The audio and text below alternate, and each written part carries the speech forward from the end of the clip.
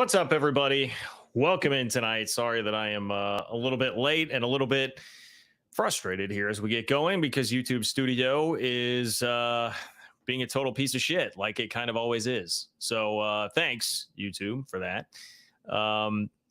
Think we're still going to be able to do the live show as is typical here.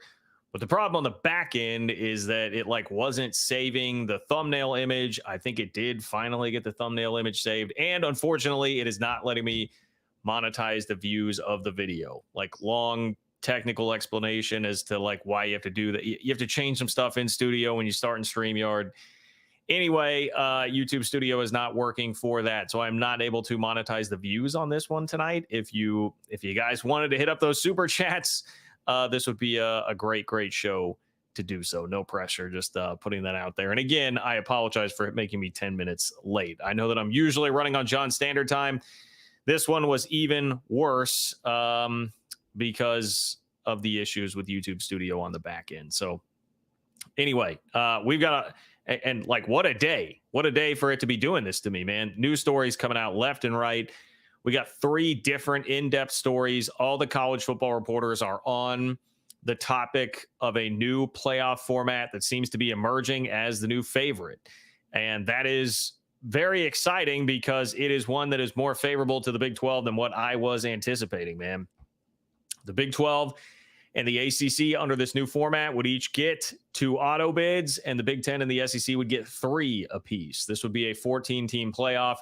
It would be a 3-3-2-2-1 model, with one going to the AQ for the group of 5. And then on top of that, you would have Notre Dame in there as well. If they were ranked in the top 14, they would get a spot also. So that's what we've got for the new emerging college football playoff favorite. I would say it's fair to call it a favorite based on the fact that we got 3 in-depth articles about it. And then beyond that, even I didn't see an article from Brett McMurphy, but I saw him tweeting about it too. Everybody's on it now that this seems to be the leading way to go. So I am encouraged by it. I'm seeing people like Stuart Mandel has kind of crapped on it. I'm seeing a lot of people being like, why are we doing this with all these auto bids? And I understand, in a perfect world, in a vacuum, is this a great thing? No, I mean, it's a representation of where college football is at. But based on what we know about where college football is at and how much the SEC and the Big 10 just own everything and dominate everything, I am counting my lucky stars that it looks like there's a decent amount of support here for a format that is going to keep the Big 12 and the ACC within just one in terms of the auto bids there for the playoff, and keeps them at a spot where they would have multiple teams in the playoff every single year. Because I think, well, yes, the Big 10 and SEC would start to beat up on each other, and there are going to be a lot of programs with multiple losses that are used to not having multiple losses every single year. If it were left to just a purely subjective ranking system, and you're doing the top 14 there, I do not trust that the Big 12 or ACC would be getting 2 teams in every single year. I don't trust that at all. I thought that was a recipe for having 5 or 6 Big 10 and or SEC schools per year in this thing. So to me, this is very good news, and I'm going to get into all the details, and there are different details. That's always the good thing about when we get a Dellinger article and one coming over from ESPN. All of that is usually good for the information that we get. And Pete Thamel uncovered some things that were not uncovered by Ross Dellinger. That was good. There was an article in The Athletic out there as well. And there are a couple bombshell sort of headlines to come out of this one. We got details on the finances from Pete Thamel as to how much money, what cut the Big 12 and ACC would be getting out of this deal compared to the SEC and Big 10. And again, I was somewhat pleasantly surprised by what those ranges look like. So I will get to those later on here. But then even Thamel just slipped in a pretty big one about the Big 10 and the SEC, with some very strong support internally from some about just breaking off from the NCAA entirely, which shouldn't be really surprising. I mean, I think all of us knew that was a possibility, and perhaps a strong possibility, but it is going to be a big deal if it happens. And to just throw it in the middle of this article that's all about the college football playoff format, I thought, man, we've really got a lot going on. It's a sign of the times. Within the Big 12, I mean, Kansas gives Lance Lippold a raise, not even an extension, just purely a raise, further showing their commitment to college football. we had a freaking wild night of Big 12 basketball last night with Kansas losing at home to BYU. Crazy. Kansas, I mean, kind of falling out of the Big 12 title race, looking like Houston and Iowa State. And I guess Baylor, too. I need to make sure that I include Baylor there. But Kansas really fading here without Kevin McCullough. It looks like the Jayhawks may all of a sudden be in a world of trouble if they can't get Kevin McCullough back anywhere near healthy the rest of the regular season. And Bill Self is already kind of tempering the expectations as far as that goes. And on top of that, then you had Texas just thumping Texas Tech in Lubbock, which I did not see coming at all. You had the Brock Cunningham dirty play that leads to Texas Tech fans throwing stuff onto the court, having to be told by Grant McCaslin to stop throwing things on the court. You had a guy being ejected from the arena by about 10 security guys fighting him at the same time. Like it was crazy, man. It was a wild scene of Big 12 basketball yesterday. You know, I haven't even checked what the score is of that Iowa State game right now, the way things are going this week, when you had a game on Monday with K-State and TCU where K-State blew a 25-point lead, almost lost, and then came back to win in overtime. It just feels like it's that type of week where there's a lot of wild stuff happening. But no, it looks like Iowa State's taking care of business, at least as of right now, 40-29 over Oklahoma. So there you have that. UCF Oklahoma State, maybe that'll be the wild game. UCF up by 3 on the road at Oklahoma State, who suddenly is playing a lot better. But speaking of wild, how about the ending to the Oklahoma State game the other day over the weekend? So anyway, lots on the table, lots to talk about, lots to discuss. But you guys know, if you've been here before, there's an easy way for you to get involved in the show. We don't have to stick to just what's on the outline, but I certainly welcome all of your comments on that and anything else. Click the $ below the chat box in order to attach a super chat to your donation. It will pin it in a separate column for me and ensures that you make it on the chat tonight. I do not try to keep up with everything going on in the main chat. It is just too tough with over 100 people in here already. And yes, obviously, the support definitely helps, especially on a day in which, once again, I will remind you, YouTube Studio is malfunctioning and not allowing me to monetize the views on this video. So any support is greatly appreciated there. Click the $ below the chat box in order to do that. Also, totally free way to support the channel. I'm going to just say go ahead and do it anyway, even though, again, this is all to help out with the views, which are irrelevant as of right now. But if you just click the like button, that does help. So, you know, we might as well get those views up, add a couple subscribers with this thing if we can. So all of that is very much helpful too. If you can just click the like button, that would be great. And leave a comment in the comment section of the video underneath. Are you happy about this new playoff format, or do you think it is stupid? Are you with Stuart Mandel that this will create more perception problems within college football? Because that is his argument, and we will get to his tweet later on in the show.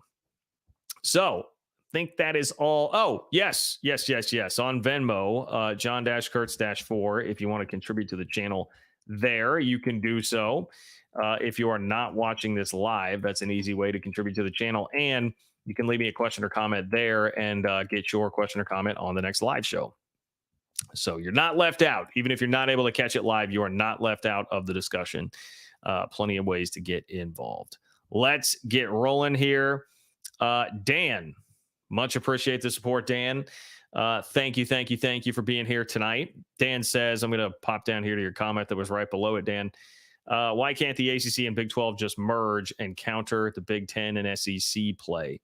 Well, someone had mentioned this to me in just a little bit of discussion that I was having before I came on live tonight. That was like, look, this maybe sets up better too for the Big 12 if and when the ACC implodes, and then you would absorb a couple of other teams. Would you then be adding the bids that the ACC gets? Now, what I think could happen there is it becomes a 3-bid thing for the Big 12, but then you may also add an extra auto bid if, you know, whatever order of Clemson, Florida State, Miami, Virginia, however that stuff gets dispersed at that point between the Big 10 and the SEC. They're going to get bigger. Ergo, they're going to want more spots. So you may wind up as a Big 12 with 3 or 4 automatic spots and whatever that looks like, but then you're probably going to have more from the Big 10 and the SEC also. So I think as far as like a ratio goes, this is probably the best that you are going to get in relation to your counterparts from the Big 10 and the SEC. And the merge, I think if you are the Big 12 right now, you're looking at it like, well, first of all, the merge is kind of a non-starter because that would allow the ACC to rip up the grant of rights, and they would lose all the leverage they have on keeping Florida State around and anybody else who wanted to leave. Right, that would void all the stuff that is keeping them there. The thing that Florida State says would be a $572 million price tag as of right now if they weren't to negotiate and settle something. So that's the issue with that. You would be running into a problem with that. So it really is a non-starter. But even beyond that, if you're the Big 12, you're sitting here saying, hey, that thing could blow up, and then all of a sudden we just swoop in and take what we want out of that. We don't have to, if there were a world where they could emerge or they could merge right now, even then, and keep Florida State and all them in, you would still know that Florida State was going to be a flight risk and going to be gone soon anyway. So I think those are a couple of answers right there. But thank you, Dan. I much appreciate it. Much appreciate you popping in on the show here tonight. And it is a good question. I understand why people ask that. Like, why not just try to counter them? Another part of the problem is just you don't have as much power as them in general, even if you were to merge. Trent, what's up, Trent? Thank you for the support, my friend. I did not see a question or comment with this one, I don't believe. No, so Trent, just being nice and supporting the channel. I really appreciate that. Thank you. Thank you, Trent. Thank you for being here, and thank you for supporting on a night when YouTube just not cooperating with me. Robert, same to you. Appreciate it. Robert says, been a minute catching this live. Thanks for the content. Tech's got to win at West Virginia. Guns up. Yeah, that was, I'll be honest, that was a shocking performance out of Texas Tech to me. Last time getting Texas in your building, all the buildup and hype around it, the students camping out for days, and came out and just laid an egg. It was a dud. I mean, Grant McCaslin said as much after the game, and there's not much way around that. So Texas Tech now in that logjam of teams at 8-7, along with BYU and Houston there. Everybody looking up at Houston, who's 12-3. Iowa State can stay within one game if they wrap up their win tonight against Oklahoma. But I mean, you look at Kansas is 3 games back now, 3 games back of Houston. Baylor 3 games back. So yeah, I guess I'd forgotten that. What was Baylor's last game? I'm having trouble keeping all this together. Baylor did beat TCU, but they had lost to BYU and Houston there. Okay. So Baylor has fallen back too, and now you basically got the 2-team race between Houston and Iowa State in Big 12 hoops. So yeah, look, West Virginia, let me tell you, Robert, little trickier than it might appear. Objects in mirror might be closer than they appear. That's what happens when you get a 25-point lead against West Virginia. So just be leery of the Mountaineers. Do not let Raekwon Battle and Kirk Reese get going, because if they do, they can come storming back in a hurry, my friend. I will tell you that much. Thank you, though, for being here, Robert. I really appreciate it. Bill G, what's up, Bill? Thank you for being here. Appreciate you, man. Bill says auto bids for the Big Ten and SEC needed to assure that ESPN matchups will attract viewers. Also, the Big Ten wants to keep pressure on Notre Dame. I'd prefer all at large. Well, you were definitely correct about there is an extra ancillary benefit to the at large stuff, or rather the auto bid stuff, is that you are putting more pressure on Notre Dame. The more you can shrink that, you are putting some level of pressure on them. Although I'm going to read all of this to you, but Pete Thamel snuck in a little note about Notre Dame, and I will just cut to the chase on that. It's that if the discussion right now is that if Notre Dame were ranked in the top 14, they would get they would automatically be placed in themselves. They would get one of the at-large bids that would be left. So that was like a concession made to Notre Dame too. And if there were, I mean, look, that's not shocking to me, because if there were concessions already being made to the Big 12 and the ACC to pull back on how dominant the Big 10 and SEC could be in this thing, when they could literally say whatever they want and do about whatever they want. Now, I guess at the risk of lawsuits, but they don't have a ton to really fear, and they have all the leverage there. If they're going to make a concession to the Big 12 and the ACC, of course they were going to give some sort of concession there to Notre Dame, who would theoretically have more power in that. I guess just as a Big 12 fan specifically, Bill, and I don't know your allegiance. Obviously, we have people in here with all sorts of different allegiances. As a Big 12 fan specifically, I'm cool with this auto bid plan if it's going to be multiple for the Big 12 every single year. I know it's like people are saying, well, I mean, this just legitimately locks it in, like officially locks it in that the Big 10 and the SEC have more power than the Big 12 and the ACC and like are above them. And like, I mean, yeah, like what? We don't need something to automatically lock them in for that to be the reality and for everybody to know it. Like everybody sees it.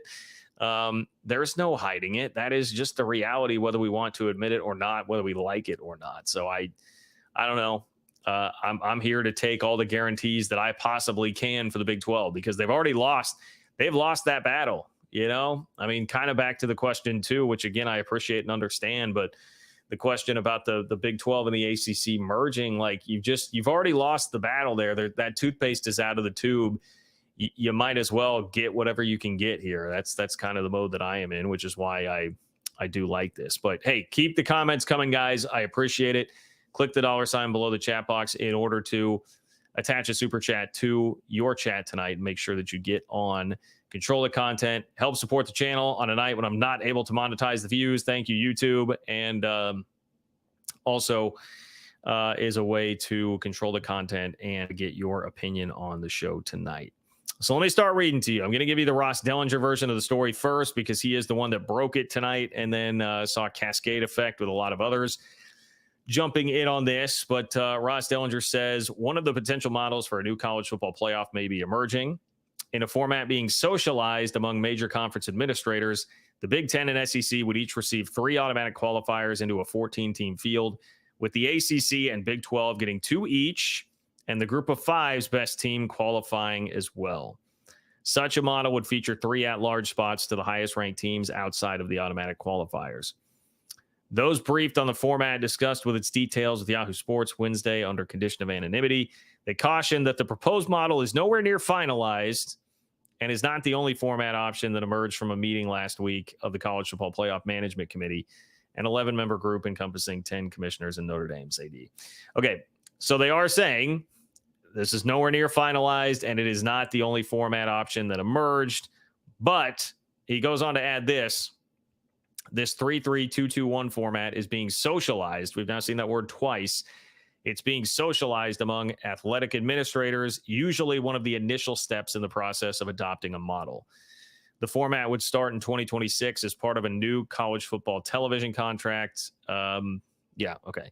We don't need all of that. But he says being socialized among athletic administrators is usually one of the initial steps in this actually being adopted. So basically, Dellinger's kind of saying like, hey, you know, we're seeing the early signs here that this is the one that is going to emerge. Like this is how it has started with others in the past that wind up carrying the day.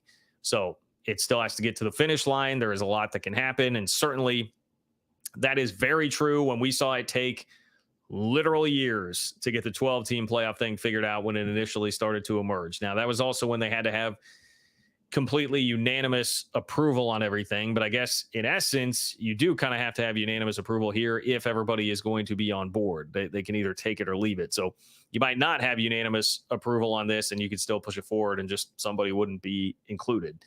But that's the situation right now. That is very encouraging to me. I understand that there are other models out there because we heard about other models the last time we talked about this. And those were models that involved the Big 10 and the SEC having 4 automatic qualifiers. And so thinking about something like that, 4-4-2-2, then you would only have, then you're at 12, then you have the 1 for the Group of 5, and then you have just 1 at-large bid outside of that. Like that was something that we were starting to think about and consider.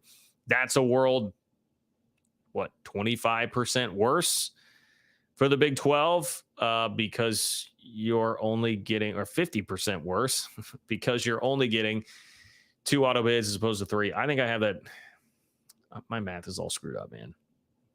You would be 2 behind the SEC and Big 10 as opposed to now 1 behind with the 3-3-2-2-1 model that is being proposed here. It is a better option. It is better than the outlook last time, especially also when we looked at it last time and said, hey, you could just be like a month away from the Big 10 and the SEC saying, screw you guys, we're just going to do our own thing, because that's the timeline that's been set out there by Bill Hancock. We're now inside a month as to when they say they need to be done with this to get ESPN to actually sign on the dotted line for the TV deal, which they've agreed in principle basically to that like 6 years, 1.3 mil per year, kind of a deal, or 1.3 billion per year, rather, kind of a deal for ESPN.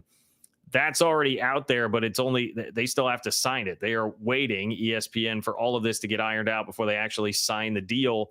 And there's not much time to do so before they get frustrated and say, we're out. So there's plenty of reason, the last we talked about this, to be very worried about that possibility. Like ESPN getting frustrated, not signing, the Big Ten and the SEC getting frustrated then and saying, look, we can't make a deal with all the guys. We're going to go do our own thing. Forget you.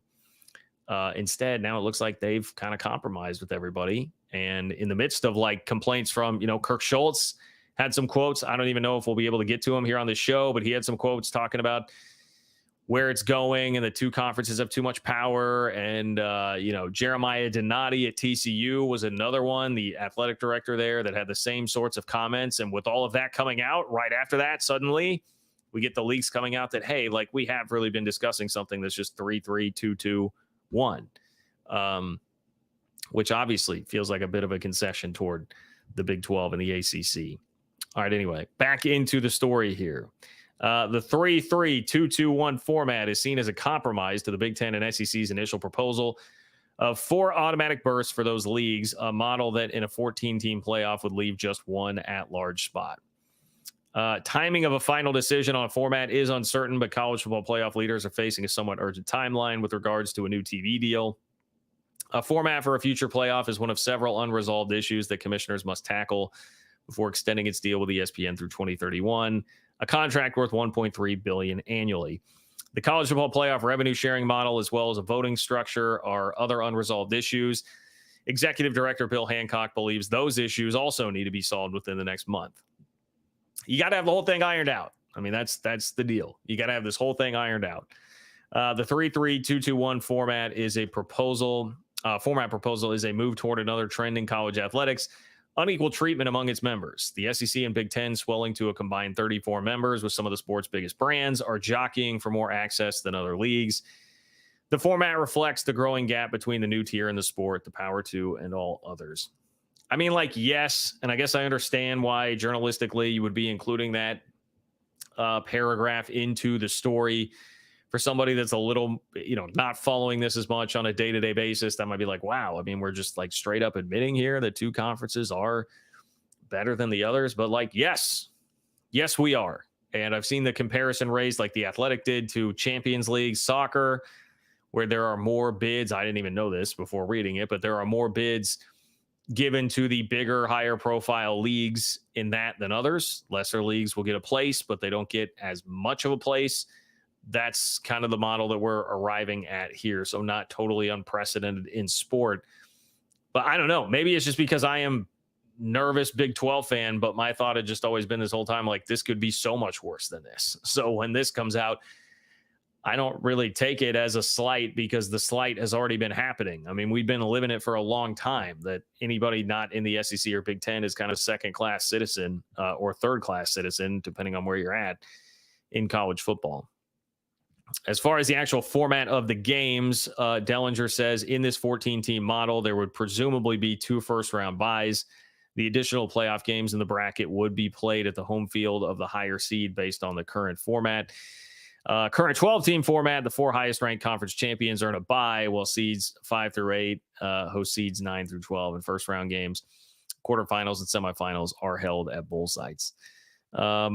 And so something that has been pointed out here, presumably if you have 2 first-round byes, that would take away this current format that we're talking about, where the 4 highest-ranked conference champions get a bye.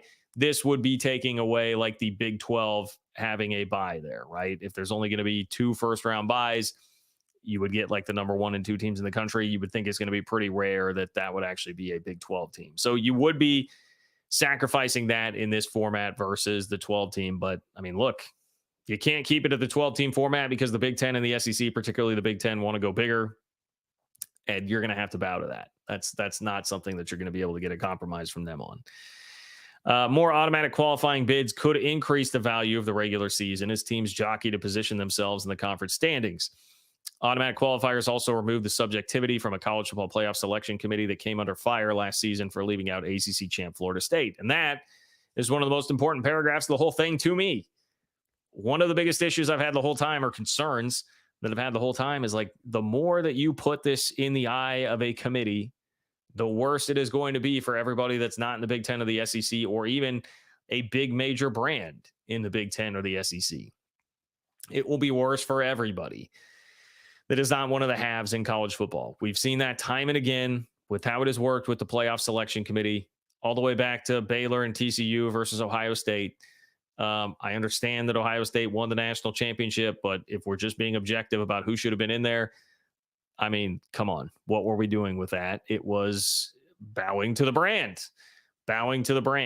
And those type of decisions have happened over and over again, right? And all the way up to this year with Florida State, who even considers themselves, fancies themselves, certainly a pretty big brand here. And they got burned by that. So removing subjectivity and giving me 2 automatic spots for the Big 12 in it every year, I think you got to take it, man. You got to take that and be happy with it. Dellinger says, however, the high number of automatic qualifiers, whether 2, 3, or 4, may remove some of the incentive to hold conference championship games. Conference standings are expected to determine automatic qualifiers, with conference title games for now included in that formula. Look, conference championship games, I mean, I'm sorry. Look, if they're going to be a casualty of this, if conference championship games go away because of all this, I mean, who cares? That's fine. Was it a good memory to watch K-State win the Big 12 championship game a couple of years ago? Yes, that was awesome. It was a lot of fun. But if you're getting 2 automatic spots in there and the race is on for first or second, that's still going to create a lot of really compelling scenarios, really compelling regular season games. Conference championships have always been kind of like, you know, they've done some harm. 1998 K-State, I can certainly attest to that. They've done harm to the league. They've always seemed a little bit frivolous in some form. I'm just going to be totally okay if college football's conference championship games are going to be a casualty of the way the new playoff is set up. That's fine. Just work it into like an extra round of the playoffs. Compete for one of those top 2 spots. I definitely agree there with the premise that, hey, this is going to actually like really help the regular season and cranking up some of the intensity there. It seems like the format they have worked out is really kind of a pretty good concession to a lot of things here, other than conference championship games. Like, you'll lose the benefit of that. But we're seeing a little bit of a concession to the Big 12, to the ACC, Notre Dame, including them in that top 14. If that is going to bring them in, you take care of not making the regular season devalued with the automatic bids here. I don't know. I seem to just be more open to what this looks like than what a lot of people are. And my opinion on that would still be that a lot of people are being too idealistic with this, which we all should be. And I am, to a certain extent. I have just much more moved on to accept what the new reality is. And under the conditions of the new reality, I'm okay with this. Now, I'm going to show you what Stuart Mandel said.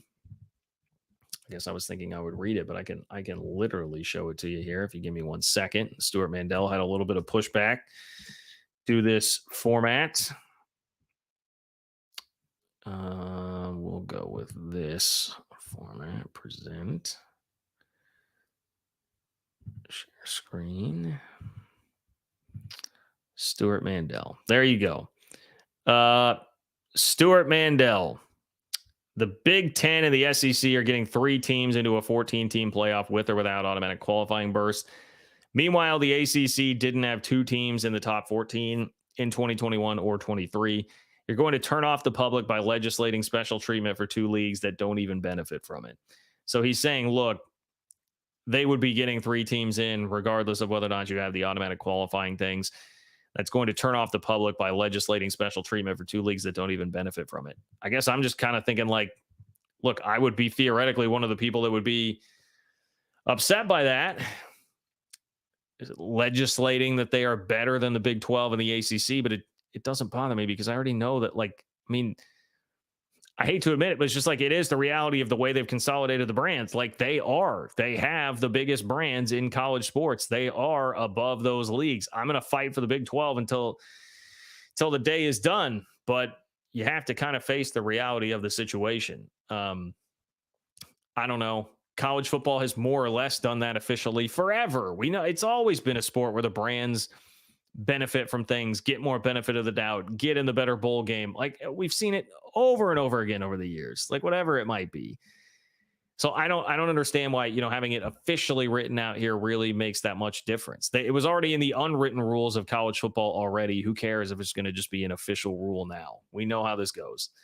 So anyway, that is what Stuart Mandel has to say. I see Starter 179 is in here. I appreciate you, Starter 179. Starter 179 says, pretty funny to see Stewie cry about this model. Well, I did. I'm not going to lie. I mean, I first saw that and I was kind of like, of course, of course, Stuart Mandel would have a take that I disagree with about the playoff. But it seems like it's like, almost here, like kind of caping a little bit for the Big 12 and ACC, or just health of the sport in general, saying like, what are we doing? Just anointing two conferences ahead of everybody. But again, my question would be, is this really that much different than what it's been like before? The thing that has changed is that the money is just drastically now more in favor of those conferences, and their membership has straight up changed. Our web, and thank you, Starter 179. Our web, if Dellinger and Thamel are right, thumbs up for the Big 12. I agree. And I'm assuming that you're also talking about the monetary piece here with Pete Thamel. So maybe I can just jump into that real quick. And then I promise, David and Arturo, I see you guys there waiting as well. I promise I will hop into your comments here in just a moment as well. But I feel like this is a good launching point. Since I'm done with the Dellinger article, here is what Pete Thamel, he has a bunch of nuggets in this story, but the one that I think is the most important is about the finances. So you guys know, now he caveat with all this, says there's some legwork to go on the finances and how they're divided, but the picture is getting clearer if a 14 model passes. In the old model, about 80% of the college football playoff revenue went to the Power Five, 20% allocated to the Group of Five. Each of the Power Five conferences received $79 million, a total of almost $400 million in the spring of 2023. The Group of Five conferences shared $102 million. Notre Dame got $3.89 million.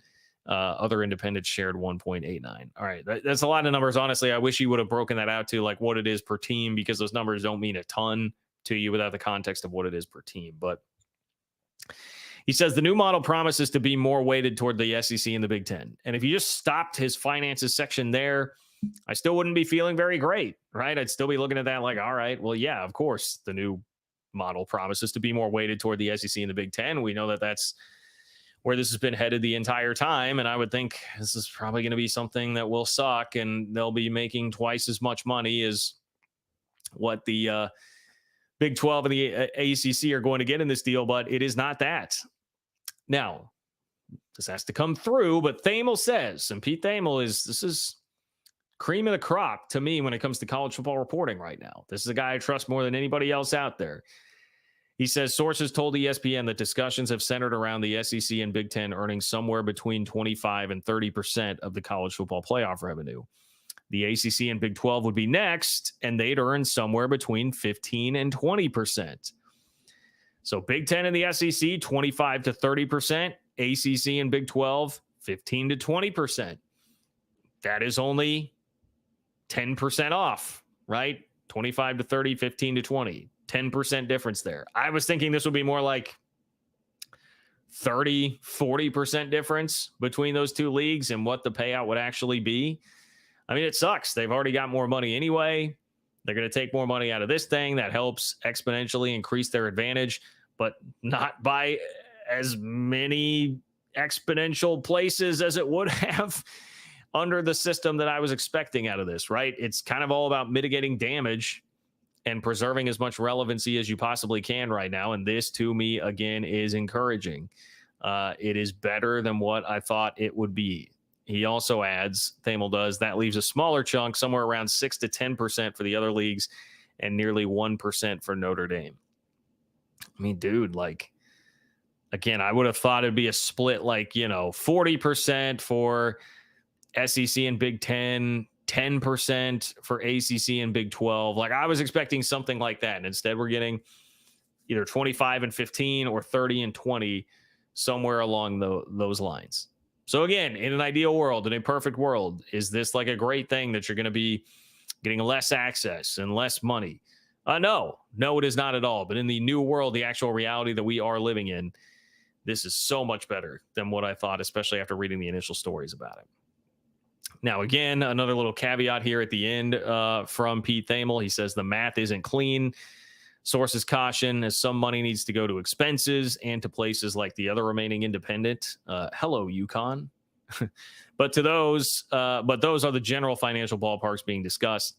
SEC Commissioner Greg Sankey has made it clear that the SEC has delivered 40% of the teams in the playoff, and he has been one of the primary drivers behind a new revenue model. As always with money, this isn't simple, but the ranges are refined enough where they appear to be narrowed in. I mean, it just feels like they've been reined in just a touch, from what I'm sure the SEC and Big Ten feel like they would really want or could like fairly reasonably have come in and demanded. It feels like they have been reined in a little bit. And I like it. I like it. I don't know exactly what the motivation is for that exactly, but I will take it. I will definitely take it. So RWeb, thank you for pushing us down that path. We say hello now to David. What's up, David? David says 1.3 billion divided by 14 equals 92.8 million per spot. 3 Big 10, 3 SEC, 2 Big 12, 2 ACC, 1 non-power conference, 1 at large. Doing a little math for us, a math lesson for us. Now, the problem with that, though, is so it's 92 million per spot, but the breakdown, you'd have to do the breakdown by percentages of it because it's not everybody getting equal money there. It's like what we just went through. So the SEC and Big Ten, you're going to have to fork over 25 to 30% to them. And you'd have to parse out all the percentages of it too. You'd have to apply those to what the average payout would be for all those teams. But that is definitely getting us down the right road. And you're also then dividing it by teams in conference. So there's a lot of math where you have to get to the point that you could actually have the number per school and what those payouts are going to look like. And that's the math that would be really interesting for somebody to do for us. Again, I got a communications degree at a state school. So, that'll probably be the job of somebody else. But then you could get like more of a accurate statistical breakdown of what it's going to look like per school under that distribution model that's being proposed. But appreciate you starting us down that road, David. Thank you very much. And I know I'm going to check in with you here in just another second. But first, we say hello to Arturo. What's up, Arturo? Appreciate you, man. Thank you for being here. Not a football question, but has NIL put a plug on the one-and-done era for college basketball? Thanks, and keep up the great work and content. Well, I mean, the NIL money in college basketball does certainly help keep guys around. I mean, I wouldn't say it doesn't, the high-end guys you talk about in college basketball, like the rumors around Kansas and like Hunter Dickinson were like, 1 to 2 million, somewhere in there. That's not going to do it for a guy who's like if you've got Michael Beasley or Kevin Durant or somebody like that's in college basketball, like that kind of money is not going to keep them around. Like where it makes a difference is the guys like Oscar Tshiebwe, who stuck around for an extra year at Kentucky when probably would have just gone pro, been kind of a tweener. Who knows what he would have actually made if it's a two-way contract in the NBA or something like that. Guy like him really benefits from NIL. It's like the great college players who are kind of tweeners at the next level. That's where it can really benefit and help keep guys around to stay. If it's going to be like a phenom, I don't think it's really doing too much because the amount of money that they're going to make is so much greater than what NIL is right now. Unless I guess maybe we start getting there with NIL, but I don't know. I kind of hope we don't. Again, as a school that does not have unlimited resources that I root for and attended, I definitely hope it doesn't get there. But yeah, I think that to me is my analysis of where you see the NIL coming into play more for guys sticking around, which by the way is a great thing. I think, when you talk about some of the benefits, everybody wants to talk about the negatives, and I get it. There are plenty of the way the new system works, but I'm very much in favor of the players getting theirs. And that is where it can really, really help a lot of guys that just would not have the opportunity. Their earning potential is just so much higher there. And yes, a lot of them can go overseas and still make pretty good money, but nothing beats being able to still play back at home where you're loved. It's a place that you're familiar with. You got all your boys there, and then you can earn 6 to 7 figures on top of that. That's a pretty good deal. David said, sorry, should be 1.3 billion equals 108.3 million per spot. Okay, there we go. So again, got to start taking the math as far as the percentages go to what conference is getting what on all of that, and then be dividing by the amount of teams in the conference. And so there are a lot of things that you have to do with the math on that. But appreciate you correcting yourself, David. I try to always be quick to do that if I am wrong about something. And I don't just mean like wrong about a prediction, but wrong about a fact or something like that. I try to always be quick and willing to be like, hey, this got messed up. And it's not always easy on the internet, when people want to just crush you. So David, appreciate you for that. Thank you, Julius, as always. Julius, congratulations, man. Your Cougars win at Allen Fieldhouse. I kept thinking, like, man, the entire rest of the Big 12 has to be looking around at BYU like, what the hell, you guys? We try this every year, man. It's impossible to win in that building. You can't win in that building, especially when they've got a lead into the second half. Like, that just doesn't happen. You guys just waltz in here your first year in the league and win in freaking Allen Fieldhouse? Like, come on. That is absolutely the reaction from the rest of the league there. So cherish that one, man. Absolutely cherish that one. But Julius, thank you for your incredible support as always. Julius says, howdy, John. I just want to show some support. I've been thinking when BYU and Houston joined the league, they decided that BYU would be the Cougs and Houston would be the Cougs. What does that mean when Arizona joins? Does that mean that Arizona will be the Wildcats when they join? That's pretty good. First of all, that's very, very clever in and of itself. But now you've got my wheels really turning on like what we should do with that. Wildcats and Wildcats. Would it be like, I feel like the equivalent would be like Wildcats with a K. Like the C would turn to a K. So Arizona would be the Wildcats. I think like doesn't Sam Houston State do that with the Bearcats where they use a K instead of a C when they're doing Bearcats, so it would be something to that effect. I don't want K-State to be the one to have to change. So somebody break the news to Arizona that they're not going to have to be the Wildcats with a K.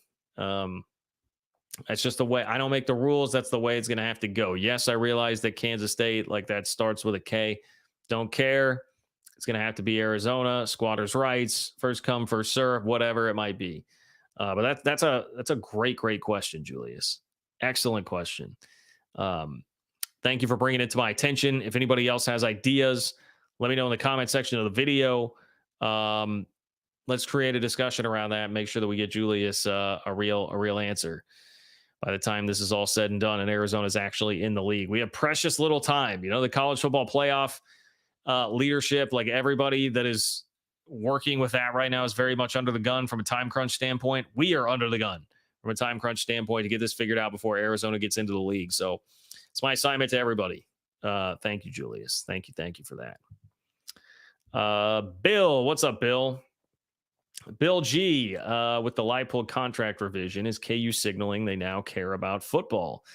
Similar dollars to Gundy, go Pokes. All right, so Bill, now we know Bill, Oklahoma State fan. Thank you for letting us all know about that. Yeah, Lance Lippold is now one of the top 3 paid coaches in the conference. Kansas football has agreed to a new contract for football coach Lance Lippold that features a significant raise in his average salary to more than $7 million per year. The new contract does not feature any new years in his deal that runs through 2029, but the raise from the $5 million he made in 2023, I'm reading from Pete Thamel here, serves as another sign of Kansas's aggressive commitment to football in recent years under athletic director Travis Goff. I wanted to make sure that I read that because it is spot on to your point, exactly what you were saying. That's the way Thamel wrote it in his second paragraph in the story. So yeah, there's no other way to interpret that at all.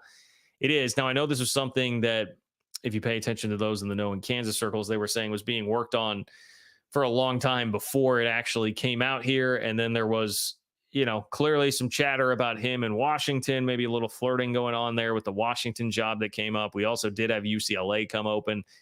I don't think UCLA would have been able to pay him or anybody worth their salt based on their financial situation and who they wound up hiring, having to go get an internal hire that was the running back coach. However, it was another major job that was open. So I think you wait through all of that stuff, get it wrapped up now. They're definitely much more committed than they ever have been to it. I mean, they've tried to get that stadium reno up off the ground a couple of times before without being able to fully see it through. And they're definitely not messing around on making sure that they are paying Lippold to try and give themselves every opportunity to keep him. Now, another thing with this raise, the buyout figure was released and it still is like $5 million. I mean, it's not a prohibitive buyout that's going to keep anybody from getting him if they really want him.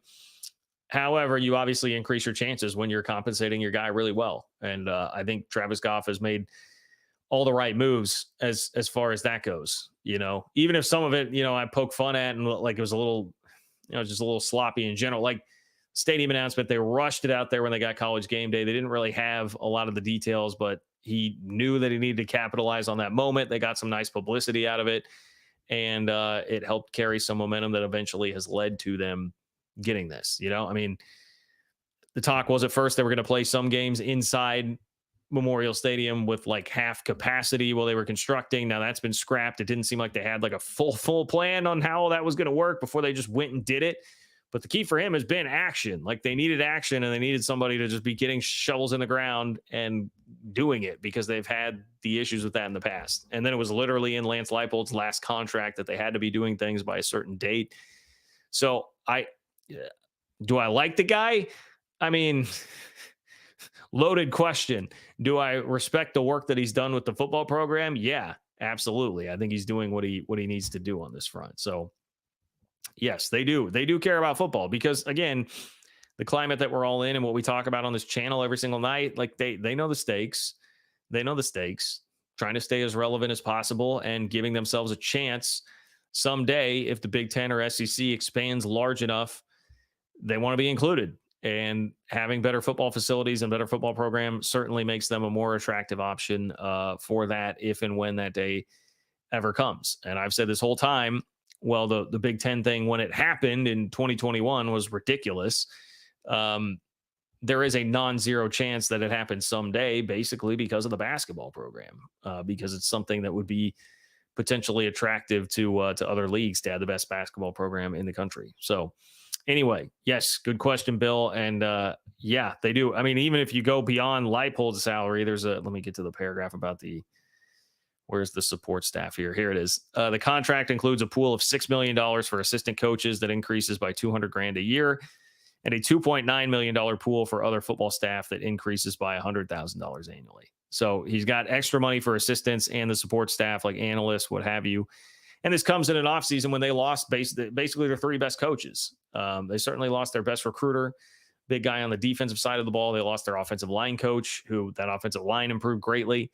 And they lost the offensive coordinator, who I think is just elite and a phenomenal coach. So that obviously is something I think that was on Lance Leipold's mind. That definitely shows more commitment. Robert, what's up, Robert? Robert says, again, late. Chiefs win. Tech says you're welcome. Hey, Robert, I appreciate it, man. I did plenty of gratitude work with that in past shows closer to the Super Bowl. Very grateful as always, man. Patrick Mahomes, the greatest thing that has ever happened to my professional sports fandom, certainly. And looking forward to making it 3 straight. Looking forward to making it 3 straight this fall. Chiefs do have some interesting decisions, man. A lot of news happening in the Chiefs world today too. But Robert, thank you very much for your support and for Patrick Mahomes. Our web says at 15% it's $12 million a school, at 20% $16.25 million per school. Okay, thank you, our web. That's good. And then you'd be distributing some of that money to other members of the conference also, if I have that right. Like this would be oh no, you're okay. You're talking about what the distribution would be per school then, if we're taking it all the way back down then. Okay. Yeah. 12 to 16 million per school in college football playoff money, which great. Obviously that sounds awesome. You want more money from it. But then you are also, you have to think it's not, it is all relative sort of to what the SEC and Big Ten number is going to be obviously bigger there and create more of a gap. So it's kind of like, speaking of the Chiefs, I heard a discussion about, hey, the salary cap went up a little bit more than what everybody thought. Isn't that a great thing for the Chiefs trying to keep L'Jarius Sneed and Chris Jones? And then it was like, well, if you get past the exclusive negotiating window and it's just open market for everybody with them, no, that doesn't really help because everybody else got that extra cushion too. And in this case, it's not just that the Big Ten and the SEC are getting the same extra cushion, but they're getting more extra cushion there. But thank you, everybody, taking care of the math for me today. This has been great. Not mathing at all. Alpha Cat, what's up, Alpha Cat? Clemson coach whining about the Big 12 versus ACC head-to-head doesn't account for games like the ACC's best. North Carolina losing to mid-Big East Nova, who lost to our Cats. Yeah, who loses to Villanova? Losers, that's who. Couldn't be K-State.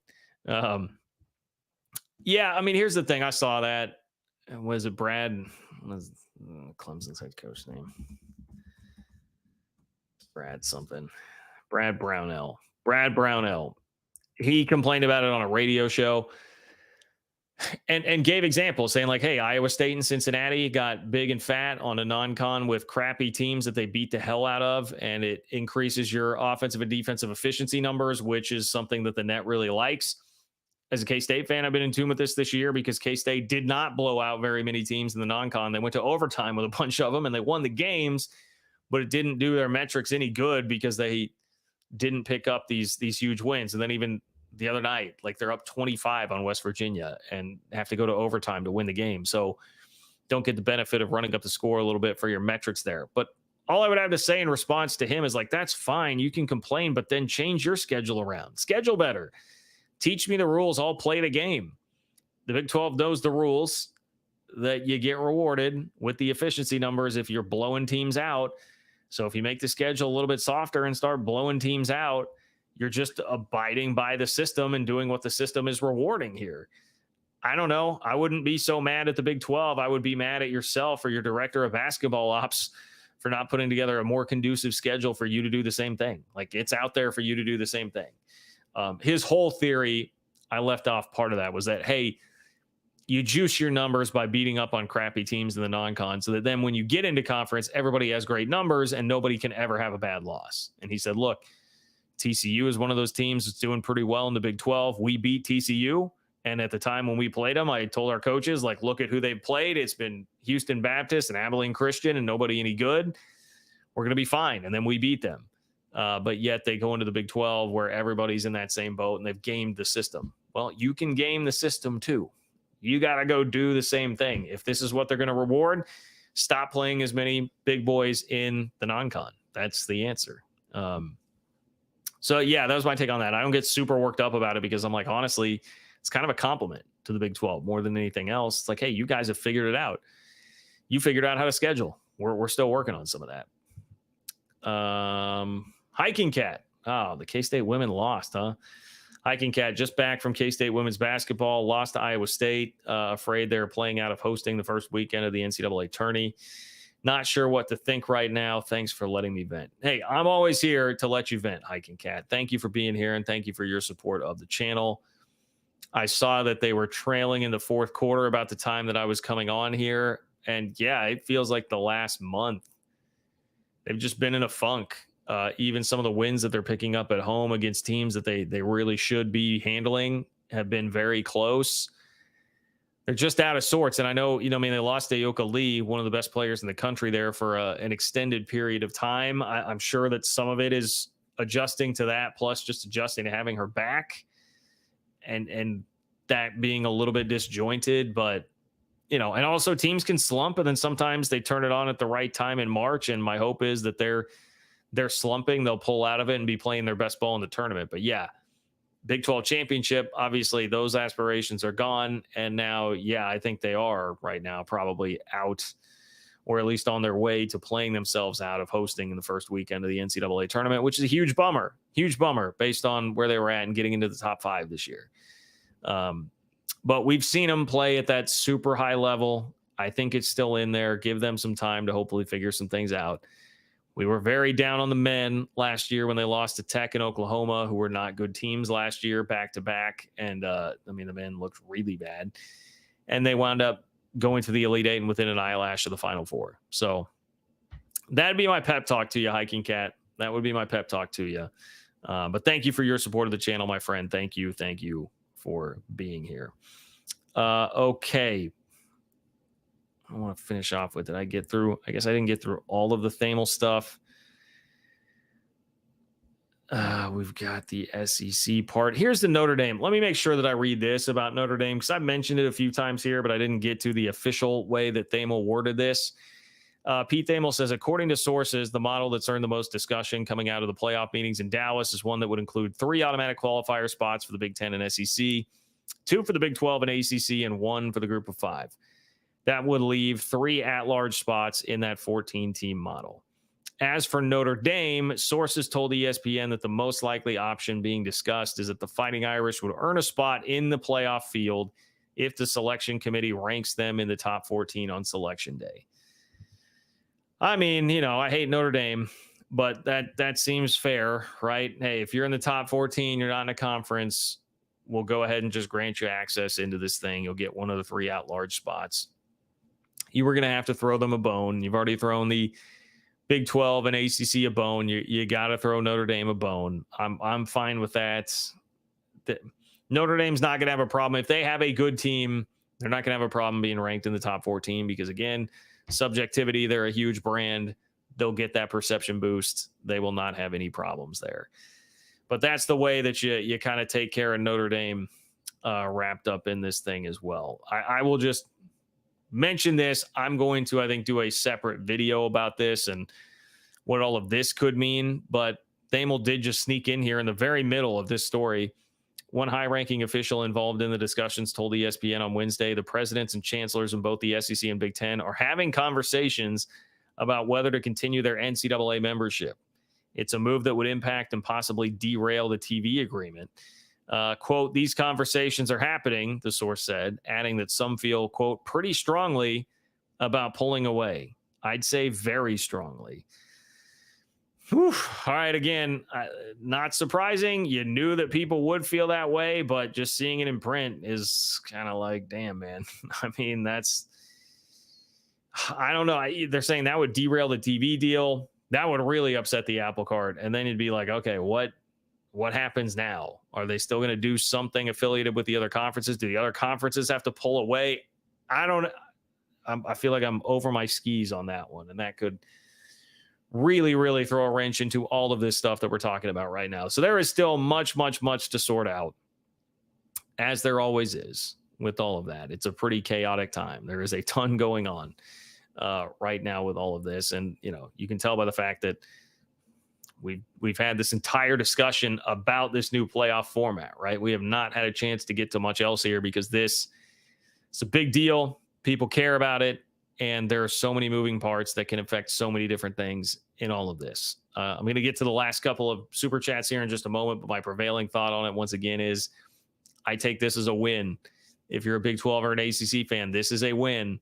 And it's not as dominant in either the money or the access in being tilted toward the Big 10 or the SEC as I thought that it was going to be, and much more encouraging than what the last update sounded like. Daniel, thank you for being here. Cat fan in Huskerland, a.k.a. Daniel Osborne. Again, yes, sorry about the K-State women tonight, my friend. But thank you for being here with your support of the channel, as always. Always great to see you. And hopefully there are better days for Jeff Mitty and company coming up. But thank you, Daniel. Thank you, sir. And David says, I hate Notre Dame, but they bring eyeballs. They do. I mean, that statement could be applied to almost anybody that's up toward the top of the Big Ten or the SEC. Kind of hate them, but they bring the eyeballs. Notre Dame, I hate more than some, for sure. Absolutely do. But thank you, David. Daniel, still have hope for the Lady Cats. I'm with you, man. I'm with you. I've still got hope. That by the time they hit the tournament, they'll actually be playing their best basketball. I am trying not to give in on that. But yeah, it's been tough sledding for them lately. I've definitely hit a funk. There's a lot of talent there, and they've got one of the best players in the country back in Ayoka Lee now. So my hope is that gets integrated. And she's still been playing hurt even since she came back. So anyway, there's a lot of stuff that could be contributing right now to the struggles there. Thank you, everybody who hung out here tonight. I appreciate all of you. If you could like the video on your way out, that would be great. Would really appreciate that. I'm still going to try to battle and get the video monetization to work on the back end, thanks to crappy YouTube studio that as I flip back over to it right now, I still get the error message that it can't work. So that's awesome. Thanks, YouTube studio. I'll probably be sending a strongly worded email here as soon as I get off. But yes, like the video, leave a comment in the comment section. What do you think about this new format, the 3-3-2-2-1? Let me know what you think in the comments, good or bad, for state of the game, the state of college football. John-Kurtz-4 on Venmo if you want to support the channel there. If you didn't catch this live, you can leave your question or comment there, and I will read it on the next show. So you are not left out, even if that is the case. Tell your friends, tell your family. We're very close to 20,000 subscribers. Let's get up over that mark. Spread the word on social media, Twitter, X, Instagram, Facebook, Threads, wherever you're at on social media. Let the people know about this channel, college football friends, whoever it might be that you have that would be interested in this channel. Let's let them all know. Hope you guys enjoy the rest of your Wednesday and have a great rest of your week. And I will talk to you all soon.